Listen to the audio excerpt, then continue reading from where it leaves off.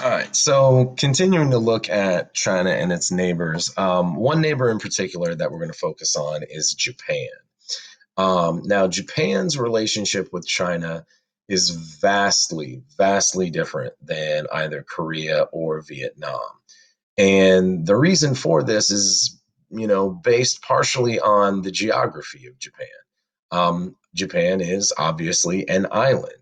And because it is an island and because it is not, directly linked geographically to China the way Vietnam and Korea are, they avoid a more forced political relationship with China.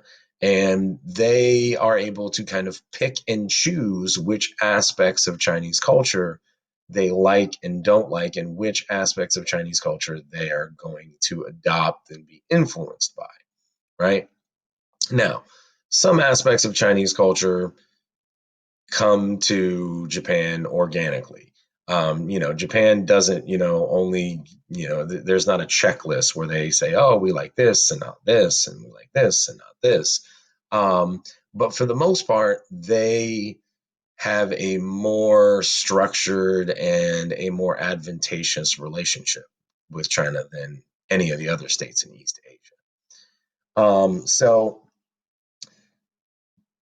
Japan, like we said, is different. In Japan's early history, the power in the country, the political power in the country, is divided up amongst what's called clans, which are these large extended families that are able to rule over, large areas of land.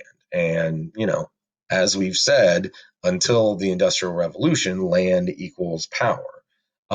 So there is regular warfare between the clans. It's very chaotic. It's very dangerous. I mean, this is essentially, a never-ending state of civil war between these large clans over land and power and labor. Around the third century CE, you have one clan in particular that is able to unite most of southern Japan. And they consolidate their power under a single leader, and they model their leadership structure after the Han dynasty in China. And they adopt the title of emperor. Now, here's the thing about the Japanese emperor, and this is going to be true for most of Japanese history, is the emperor in Japan tends to not really have much power. The majority of the power still resides with the clans and their leaders, these local lords called daimyo. And the daimyo, since they are the ones that actually control the land and the peasants and the agricultural production, they're the ones that generally make the decisions.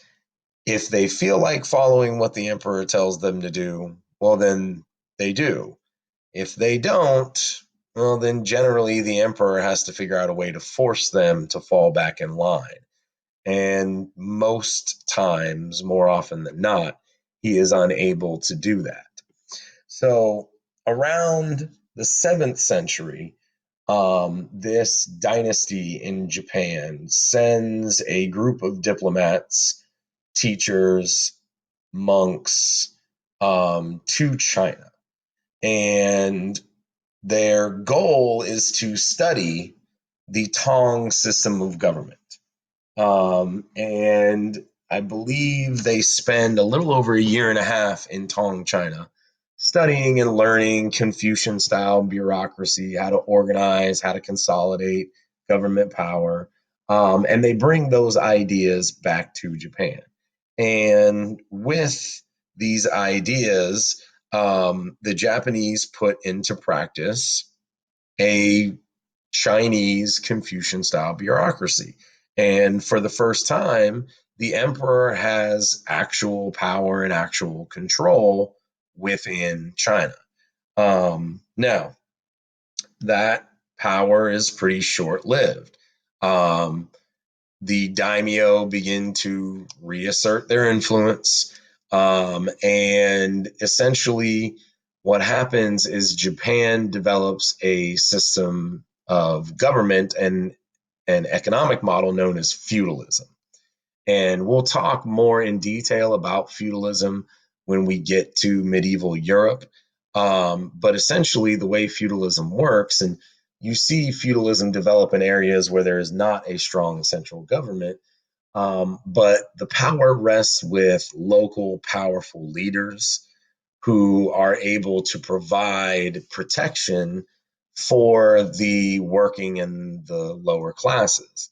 In return for this protection and land to live and work on, those lower classes, the peasant class and the merchant class and the artisan class, provide taxes and labor to the local lord.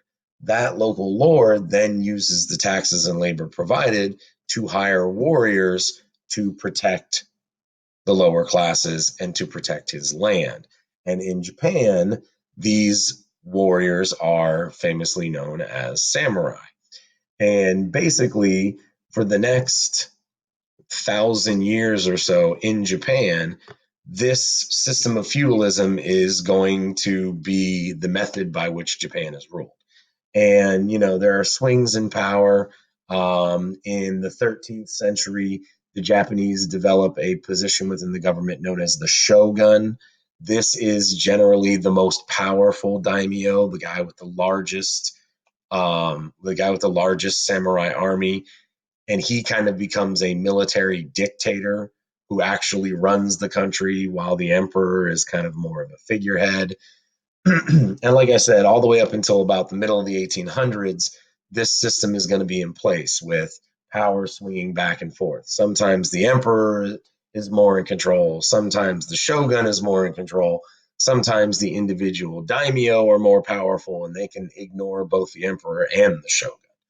It's a pretty kind of chaotic scene. So this pyramid kind of gives you a breakdown over what feudalism looks like in Japan during this time period. Obviously, at the top is the emperor, but again, he is more of a figurehead.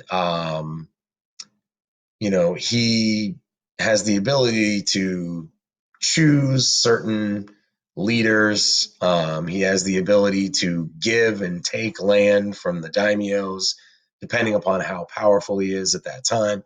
But the real power rests in those second two levels. The shogun, which is usually the most powerful daimyo, and the other smaller daimyos. These are the guys with the real power. These are the guys who control, the actual land itself, and land equals power. Now, culturally, Japan develops less like China and more distinctly unique than any of the other states in East Asia. Um, Japanese language and Japanese writing is adapted from Chinese. But because, again, Japan is an island with less contact than other states with China, Japanese language develops more separately and uniquely than other ones do. Um, Culturally, Japan is highly Buddhist. Again, they don't have the Confucian influence on them that, say, a Korea or a Vietnam does. So when Buddhism makes its way into Japan and its popularity begins to grow, there is no pushback for the most part. There is no reassertion of Confucius and persecution of Buddhism the way that there is under the Sung in China. So Buddhism is popular, it's supported by the state, it syncretizes with the native belief system of Japan known as Shinto. And just like everywhere else in East Asia, Buddhism is influenced by Shinto and begins to divide and branch out into several different schools of thoughts. Um, probably the most popular within Japan and one that has become more popular worldwide is known as Zen Buddhism. Zen focuses on serenity, on being in contact with all of the world around you. This is highly influenced by the Shinto beliefs in kami and spirits, which are in everyday things. Zen Buddhism goes on to become the kind of moral compass of the warrior class of samurai, which then develops into this very strict code of Bushido. Um, the Japanese also reject Confucian patriarchy. Society in Japan is definitely patriarchal. Okay, there's no denying that. Um, Especially after the rise of the samurai as the warrior class, culture becomes more militaristic and more male dominated. But some of the harsher measures of Confucian patriarchy, again, foot binding never becomes popular. The idea of women as property of their husbands or their fathers never really takes, complete shape in Japan. In fact, if you take a closer look at Japanese culture, at least during this time period, um, the arts and education are more dominated by women than they are by men. Most of the major artists and most of the major authors from Japan in this time period are all women. Now, this part of this goes along with the militaristic samurai culture, where art and writing are not seen as fit for men; that they're considered soft occupations, things that should be left to women because they don't fit in with the militaristic samurai lifestyle. So you actually see a lot of very famous female artists, famous female authors come out of this period. One of the most famous works of Japanese literature, The Tale of Genji, comes out of this period.